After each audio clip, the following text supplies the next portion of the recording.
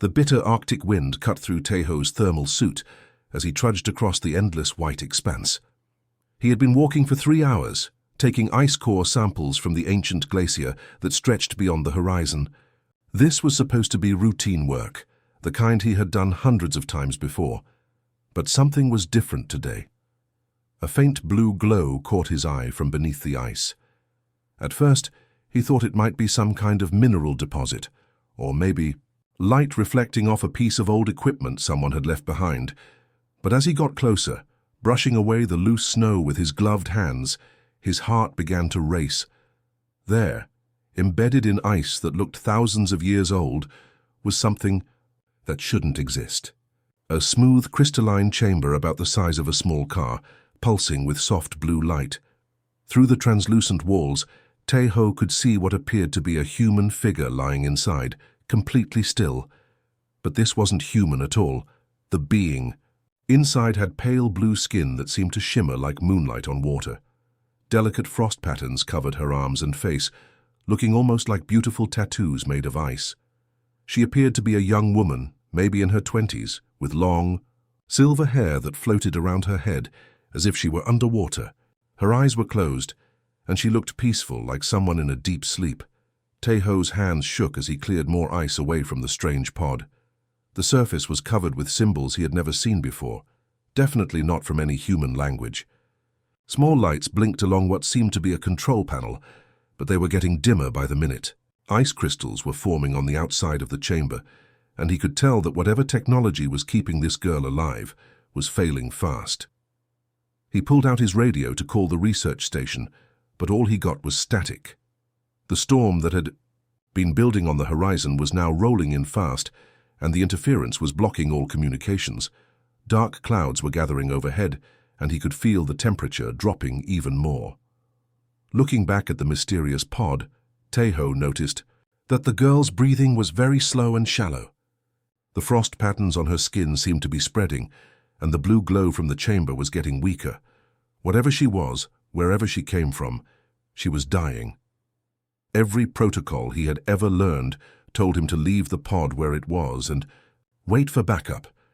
But looking at her face, so peaceful yet fragile, he couldn't just walk away. This was a discovery that would change everything humanity thought it knew about life in the universe. More importantly, this was a living being who needed help. The wind was getting stronger now, and snow was beginning to fall heavily. Soon, the storm would make travel impossible, and by the time rescue teams could reach this location, it might be too late for the girl in the ice. Taeho made his decision. Using every piece of equipment he had, he carefully worked to free the pod from its icy prison. It was incredibly heavy, but somehow he managed to load it onto his snow vehicle. As he started the long journey back to Research Station Alpha 7, he couldn't stop glancing back at the mysterious girl. Her alien features were beautiful and haunting, and he found himself hoping that he wasn't too late to save her life. The heavy doors of Research Station Alpha 7 slammed shut behind Taeho as he struggled to wheel the mysterious pod inside. His breath came out in white puffs, and ice had formed on his eyebrows during the desperate journey back through the storm. Dr. Hana rushed over immediately, her medical training kicking in as she saw the unconscious figure inside the crystalline chamber. "What in the world did you find out there?" she whispered, her eyes wide with amazement and concern. The alien girl looked even more fragile under the station's bright lights. Her pale blue skin had an almost translucent quality, and the intricate frost patterns covering her body seemed to pulse with a faint inner light. Hana quickly set up her medical equipment around the pod, while Taeho frantically tried to make sense of the alien technology. The control panel was covered with symbols that looked like a mix of geometric shapes and flowing curves. Some of the lights were still blinking, but they were getting weaker and slower, like a heartbeat that was fading away. "Her temperature is dropping fast," Hana announced, checking the readings on her thermal scanner. "It's already below what any human could survive, but somehow she's still alive." She moved the scanner across the girl's body, frowning at the results. "This is incredible. Her entire physiology is adapted for extreme cold, but something's wrong with her internal heating system." As if responding to their voices, the pod's surface suddenly flickered with holographic images. Teho and Hana stepped back in amazement as three-dimensional pictures appeared in the air above the chamber. They saw a massive red star, but it was dim and dying, its light fading to orange and then to a dull brown. Around it, they could see planets covered in ice and snow. The images changed, showing what looked like enormous spaceships fleeing from the dying solar system. Thousands of vessels of all sizes, carrying what must have been millions of beings, just like the girl in the body. The hologram showed them traveling through the darkness of space, searching desperately for a new home. "They're refugees," Hana whispered, understanding flooding her face. "Their son died, and they had to leave everything behind." Suddenly, the alien girl's silver eyes fluttered open. They were unlike anything either human had ever seen, like looking into pools of liquid mercury that reflected light in impossible ways. She looked directly at Teho, and her lips moved slightly, forming words in a language that sounded like wind chimes mixed with flowing water. "Veltarin, Koruma, Tessara." Her voice was soft and musical, but filled with urgent desperation. She seemed to be trying to tell them something important, her eyes pleading with them to understand. Then, as quickly as she had awakened, her eyes closed again. The frost patterns on her skin began spreading faster, creeping up her neck and across, her face like ice forming on a window. Her already pale skin became even whiter, taking on an almost ghostly appearance. "She's getting worse," Hana said, her voice tight with worry. "Whatever kept her people warm on their homeworld, she's losing it fast. The cold that would kill us instantly is somehow killing her too, just more slowly." The holographic display flickered once more, showing images of the girl's people sharing warmth with each other, touching hands and embracing. It was clear that they were a species that needed physical contact to survive, but she was alone, trapped in a failing pod millions of miles from anyone who could help her. Teho watched her peaceful face, now dangerously pale, and felt a determination growing inside him. They had found her for a reason, and he wasn't going to let her die on his watch. The next few hours were a desperate race against time. Dr. Hana had moved the alien girl to the station's medical bay, carefully transferring her from the failing pod to their best heated treatment bed. But no matter what they tried, her condition kept getting worse. The frost patterns on her skin were spreading like ice on a frozen lake, and her breathing was becoming more and more shallow. "Nara," Hana whispered, using the name they had given her based on the soft sounds she made when semi-conscious. It seemed to fit her somehow, this mysterious girl from the stars who had traveled so far only to be dying in their care. Jinwoo, the station's engineer, had been working non-stop to create something that might help. He had taken apart 3 different heating units and combined them into one powerful system, directing all the warm air toward Nara's bed. But even with the temperature in the room hot enough to make the humans sweat, it wasn't making any difference.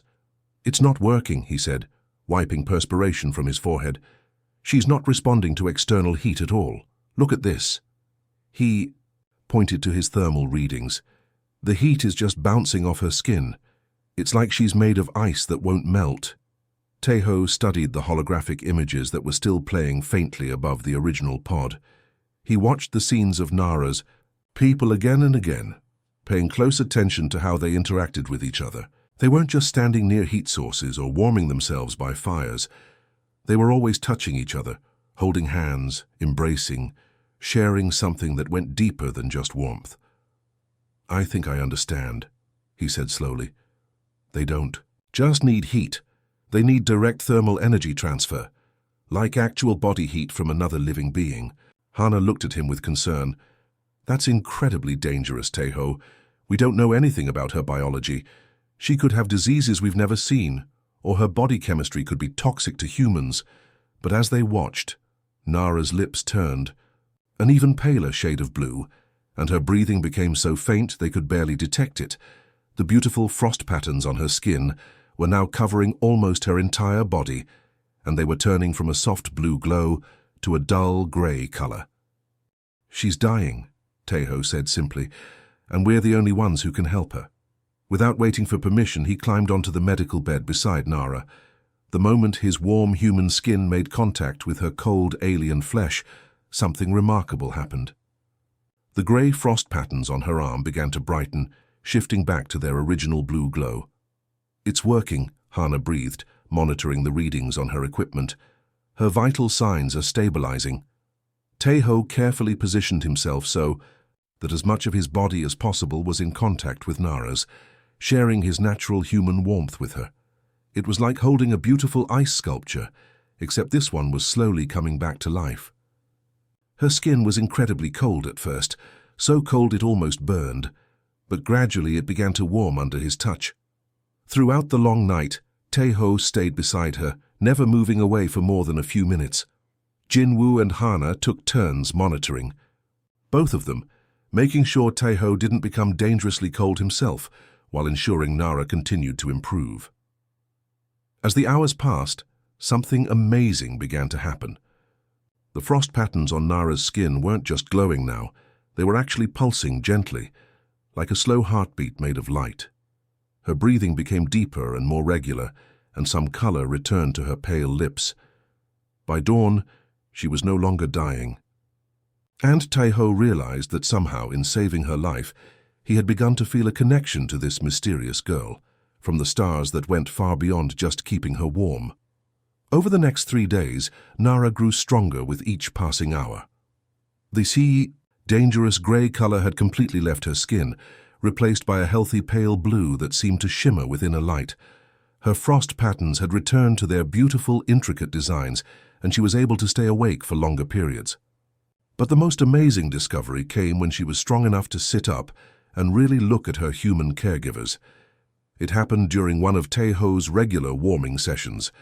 He was sitting beside her, holding her hand to maintain the thermal contact she needed, when suddenly his mind filled with images that weren't his own.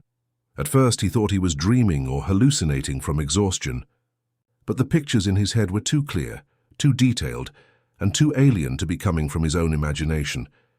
He saw a beautiful world with crystal cities and floating gardens, but everything was covered in a thick layer of ice and snow. The sky was dark, filled with the dim light of a dying red star that barely provided any warmth. Millions of beings like Nara were huddled together in great halls, sharing their body heat to survive as their world slowly froze around them. "Hana Jinwoo," Taeho called out, his voice filled with wonder. "You need to see this. She's showing me things, somehow putting images directly into my mind." Dr. Hana and Jinwoo gathered around the bed as Taeho described what he was seeing. Through Nara's memories, they learned that her people called themselves the Veltar, which meant children of warmth in their ancient language. For thousands of years, they had lived in harmony on their homeworld, their bodies naturally adapted to share thermal energy with each other. But then their sun began to die. Not in a sudden explosion, but in a slow, agonizing process that took centuries. As the star cooled, their planet became colder and colder. The Veltar tried everything they could think of to survive. They built underground cities, created artificial heating systems, and even tried to modify their own biology. Nothing worked. The images in Taeho's mind showed the heartbreaking exodus from their dying world. Massive ships, each carrying thousands of Veltar refugees, launched into the cold darkness of space. Families were separated, ancient treasures left behind, and an entire civilization forced to abandon the only home they had ever known. "They've been searching for years," Taeho explained, his eyes closed as he concentrated on the mental connection with Nara. "Looking for a species that could help them survive. They need what they call thermal symbiosis, the ability to share body heat with another living being." Through Nara's memories, they learned about the curse that had befallen her people. Generations of living on their cooling planet had changed their genetics. The Veltar had lost the ability to generate enough body heat on their own. They could absorb and share thermal energy, but they couldn't create it. Without constant contact with others of their kind, they would slowly freeze to death even in temperatures that weren't particularly cold. Nara's pod had been part of a scouting mission, sent ahead of the main fleet to evaluate different worlds and species. She had been in suspended animation for months, traveling alone while her people waited hopefully in the outer reaches of the solar system. Her ship had crashed during entry into Earth's atmosphere, and she had been trapped in the failing pod ever since. As the mental connection deepened, Taeho began to understand something remarkable. Humans weren't just compatible with the Veltar, they were perfect matches.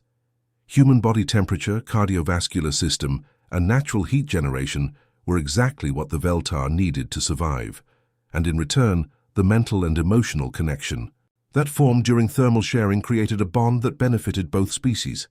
"She's not just showing me memories," Taeho said softly, opening his eyes to look at Nara's grateful face. "She's sharing feelings, emotions, even some of her thoughts. It's like we're connected in a way I never imagined possible." For the first time since they had found her, Nara smiled, and the frost patterns on her skin pulsed with warm, golden light. As the mental connection between Taeho and Nara grew stronger, the full scope of her mission became clear. During their daily thermal sharing sessions, she revealed images that made the humans realize just how desperate her people's situation truly was. Her scout ship hadn't crashed by accident while exploring Earth. It had been damaged during a carefully planned reconnaissance mission that had taken months to organize. Through Nara's memories, they saw the massive Veltar fleet hidden in the dark space beyond Pluto. Hundreds of enormous ships, each the size of a small city, drifted silently in the cold void. Inside those vessels, thousands upon thousands of Veltar refugees lay in failing cryogenic pods, their life support systems slowly running out of power. The fleet had been traveling for over a decade, searching desperately for a new home. "They've been watching us for almost a year," Taeho explained to the others. After one particularly intense sharing session with Nara, studying our planet, our species, trying to determine if we could help them survive. Researcher Minji had joined the team at the station, bringing her expertise in xenobiology and comparative physiology. She had been analyzing all the data they had gathered about Veltar biology, and her findings were remarkable. As she studied Nara's unique physical characteristics, she began to understand why the Veltar had traveled so far to reach Earth. "Look at this," Minji said, pointing to her computer screen filled with biological charts and thermal readings. "Human body temperature averages around 98.6 degrees Fahrenheit, and our cardiovascular system is incredibly efficient at distributing heat throughout our bodies. We generate thermal energy constantly through our metabolism." She pulled up comparison charts showing Veltar physiology. The Veltar, on the other hand, have become like living thermal batteries. They can store and transfer heat incredibly well, but they can't generate it anymore. Their genetic changes have made them dependent on external thermal sources.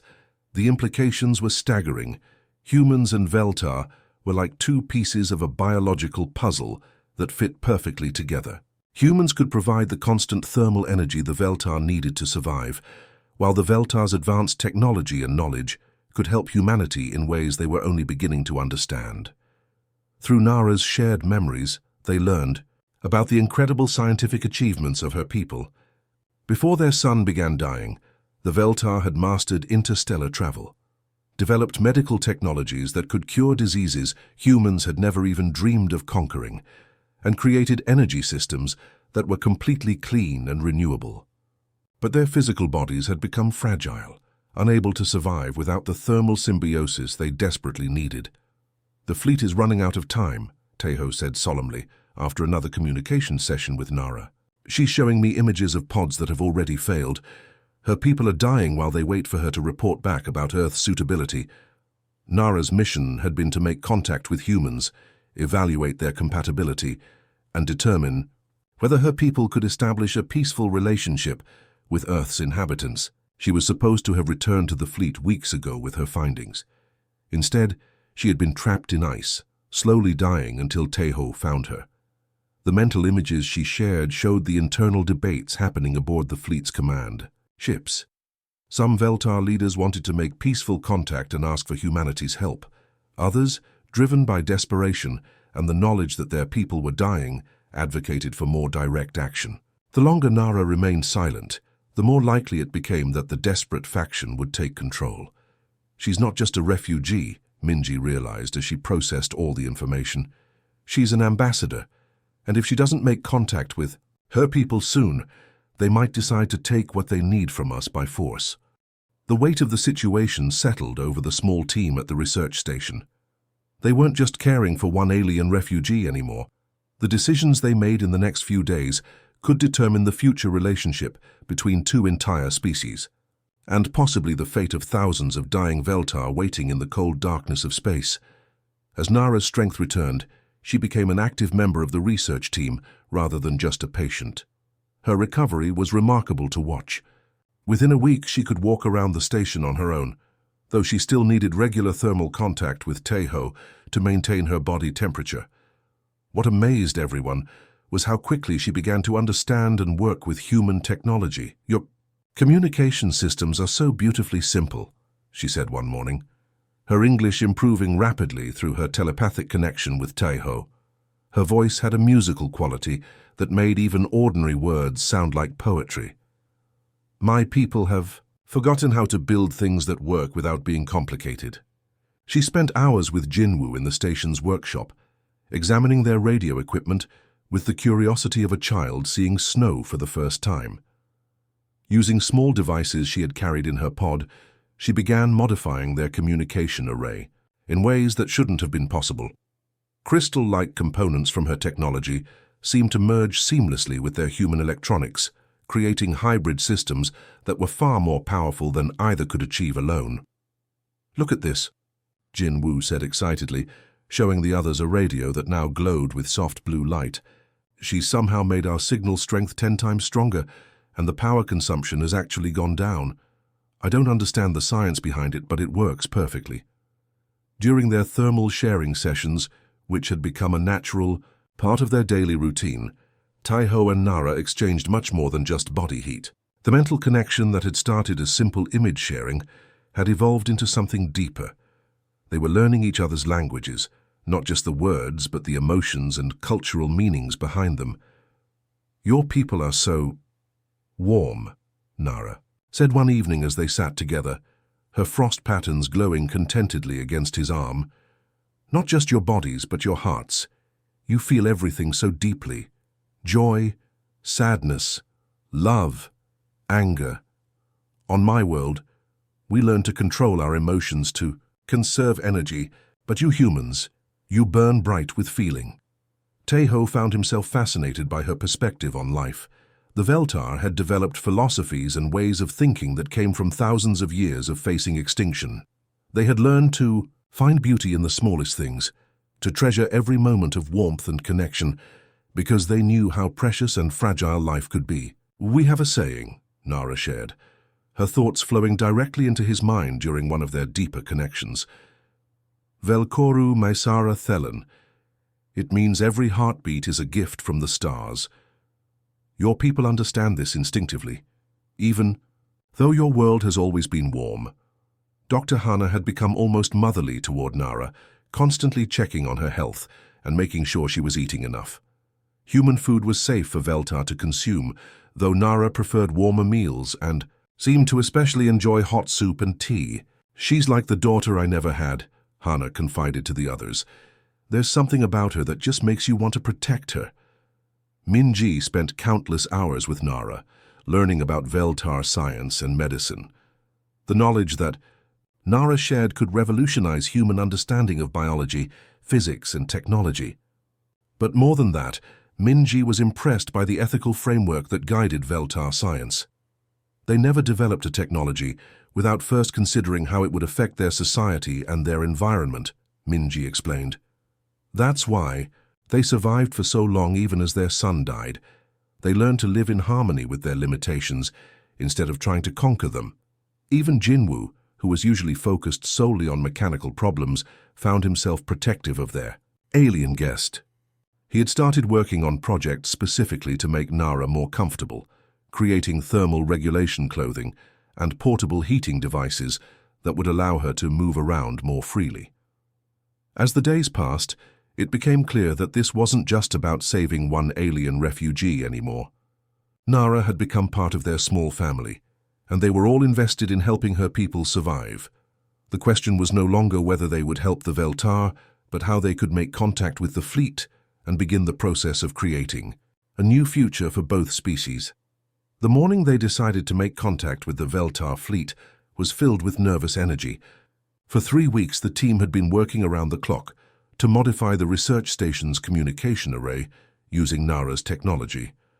What had started as a simple radio tower now looked like something from a science fiction movie, with crystalline components woven through the metal framework, pulsing with soft blue light.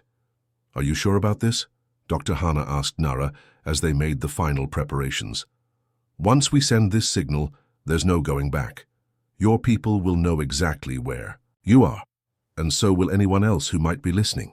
Nara nodded, her frost patterns glowing with determination. Through her connection with Taeho, she had shared her people's desperate situation many times. The fleet's life support systems were failing faster than expected, and some of the older refugee ships were already experiencing critical failures. They couldn't wait any longer. "My people are dying while we hesitate," she said simply. "This is what I came here to do." Jin Woo ran through the final system checks while Minji monitored the enhanced equipment. The hybrid human-Veltar technology was working perfectly, giving them a communication reach that extended far beyond anything Earth had ever achieved. They could send a message all the way to the outer solar system with crystal clarity. Tai-Ho sat beside Nara, maintaining the thermal contact she needed, while she composed the message in her native language. The authentication codes she provided were incredibly complex, containing not just identification numbers, but also biological markers that proved she was alive and communicating freely. "Veltarin Koruma, Thes Ara Mailen Vorth," she spoke into the modified transmitter, her musical voice carrying across the solar system at the speed of light. She was telling her people that she had found compatible beings, that humans could provide the thermal symbiosis the Veltar desperately needed to survive. The wait for a response felt like an eternity. The team sat in the communication room, watching the screens and listening for any sign that their message had been received. Nara remained calm, but Taeho could feel her anxiety through their connection. This was the moment that would determine the fate of her entire species. When the response finally came, it arrived as a complex burst of data that their enhanced systems translated into images and sounds. The voice that emerged from the speakers was similar to Nara's, but deeper, more formal. Through Nara's translation, they learned it was Fleet Commander Kyle Ron, one of the senior leaders of the refugee armada. "Scout Nara, we rejoice to hear your voice," the message began. "Your silence has caused great concern among the fleet. Report your findings regarding the thermal compatibility of the local species."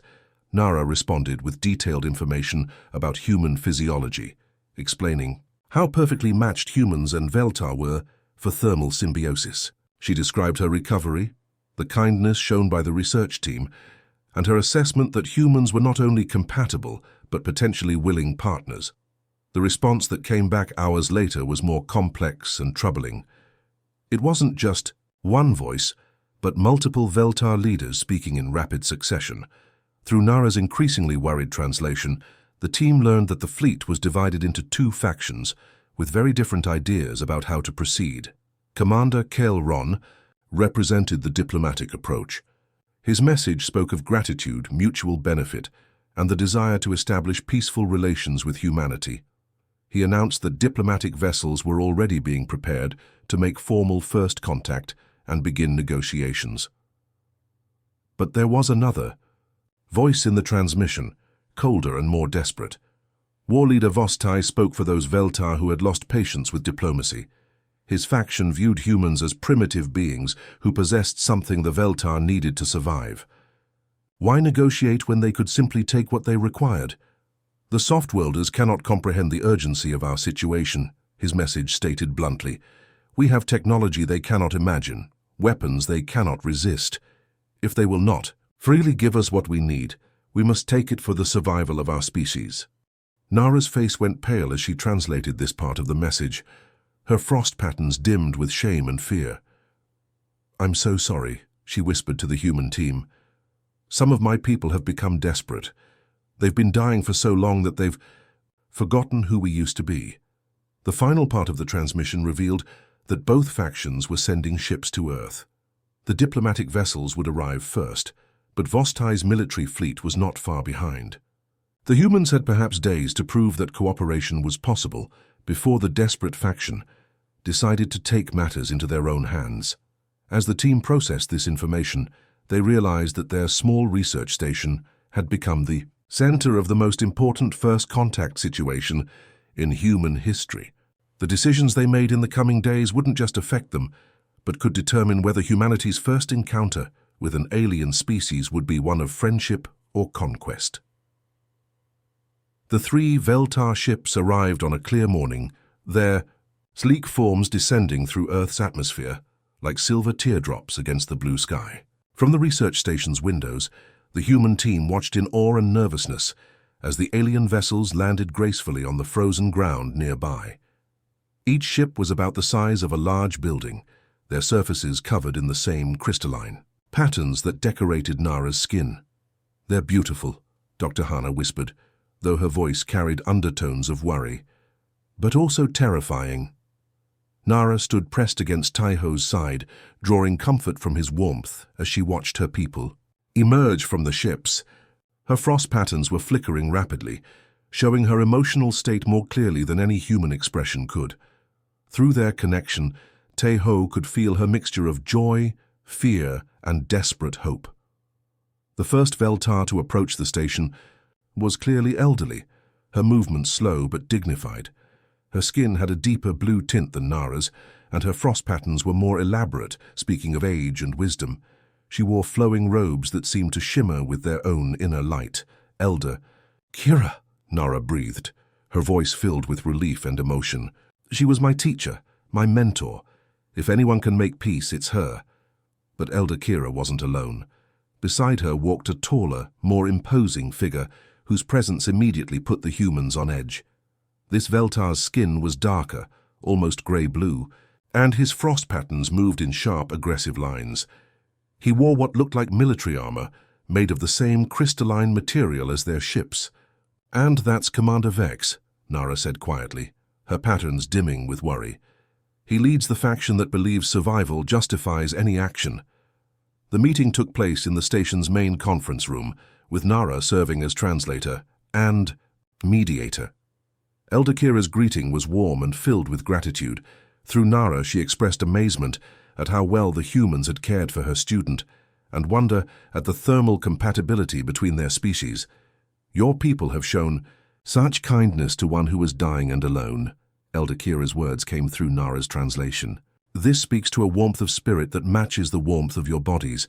My people could learn much from your capacity for compassion." Commander Vex's response was quite different. He studied the humans like a scientist examining specimens, his cold gaze calculating and measuring. When he spoke, his words were blunt and practical. "Sentiment is a luxury we cannot afford," he said through Nara's increasingly uncomfortable translation.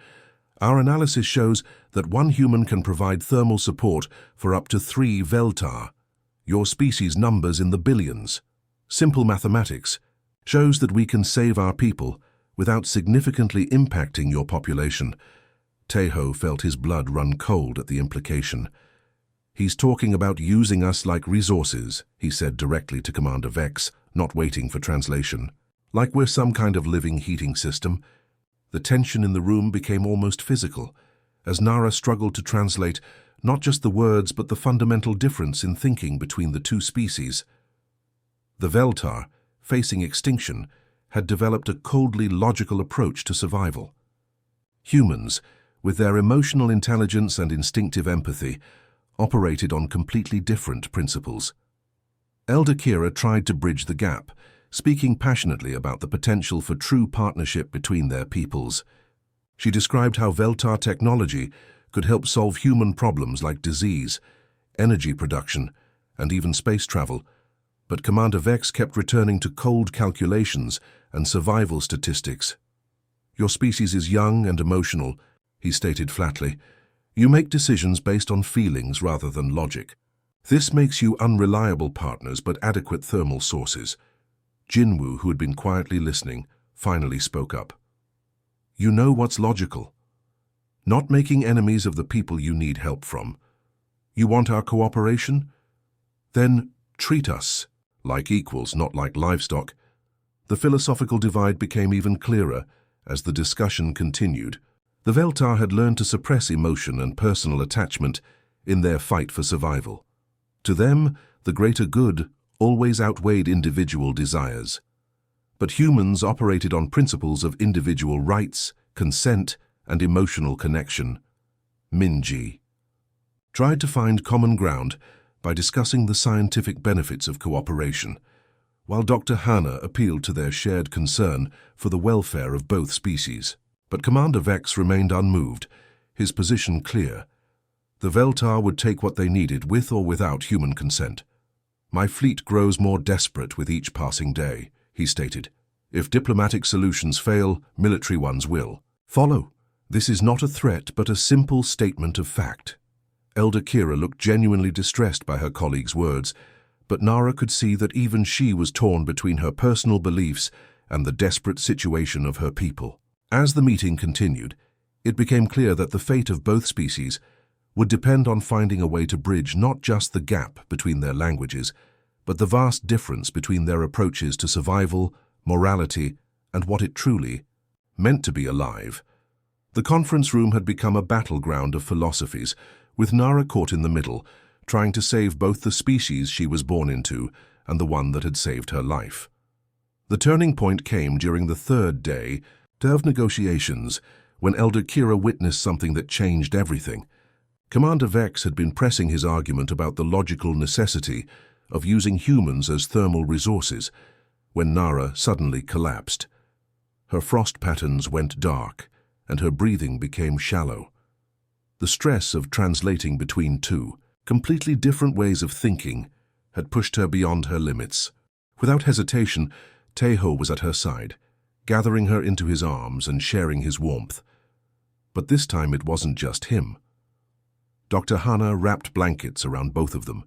Jinwoo adjusted the room's heating system, and Minji monitored Nara's vital signs. The entire human team worked together to care for her, their concern genuine and immediate. Elder Kira watched in amazement as Nara's patterns slowly began to glow again, not just from Taiho's thermal energy, but from the emotional warmth surrounding her. The humans weren't just providing heat, they were offering comfort, protection, and genuine care. It was something the desperate Veltar had forgotten in their struggle for survival. "This is what we have lost," Elder Kira said softly to Commander Vex in their own language. "We have become so focused on surviving that we have forgotten how to truly live." Over the following days, Elder Kira spent time observing the daily interactions between Nara and the human team. She watched them solve problems together, combining Veltar knowledge with human creativity to create solutions neither species could have achieved alone.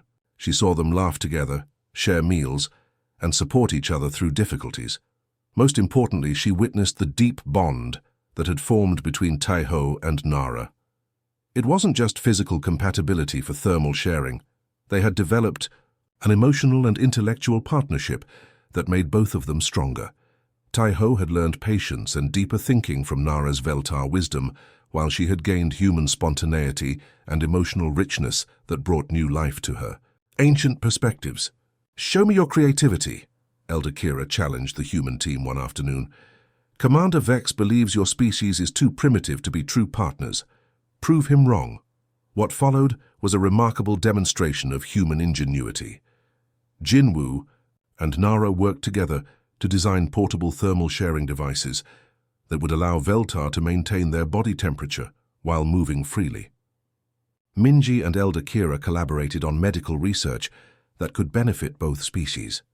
Dr. Hana developed care protocols for thermal partnerships that protected both human and Veltar health. The breakthrough moment came when Taiho suggested something that neither species had considered: voluntary thermal sharing partnerships between humans and Veltar, where both parties benefited equally. Humans would provide thermal energy, while Veltar would share their advanced knowledge and technology. It wouldn't be exploitation or charity, but true symbiosis. Elder Kira presented this new approach to the fleet leadership through quantum communication. The response was swift and positive. The desperate situation of the refugee fleet meant they couldn't afford to reject a solution that offered hope, even if it meant changing their approach to survival. Commander Vex's military faction found their support crumbling as news of the successful partnership spread throughout the fleet. Faced with a working alternative to conquest, even the most desperate Veltar began to see the wisdom in cooperation over conflict. 6 months later, the first interspecies settlement was established in the Arctic region where Tai-Ho had originally found Nara. The location was perfect, cold enough that Veltar felt comfortable while still being manageable for humans with proper equipment. The settlement was a marvel of combined technology, with buildings that incorporated both human engineering and Veltar crystal growing techniques. Hundreds of Veltar refugees found new homes there, each paired with human volunteers who had chosen to join the thermal sharing program. The partnerships weren't just about survival. They became deep friendships and working relationships that enriched both species. Tai-Ho and Nara became the first officially recognized human-Veltar partnership team, serving as ambassadors and advocates for interspecies cooperation. Their bond had deepened beyond thermal sharing into something that resembled marriage, though neither species had quite the right words for what they had become to each other. The technology exchange transformed human civilization almost overnight. Veltar medical knowledge eliminated dozens of diseases. Their energy systems provided clean power for the entire planet, and their space travel technology opened the stars to human exploration. In return, human creativity and emotional intelligence helped the Veltar rediscover the joy and wonder they had lost during their long struggle for survival.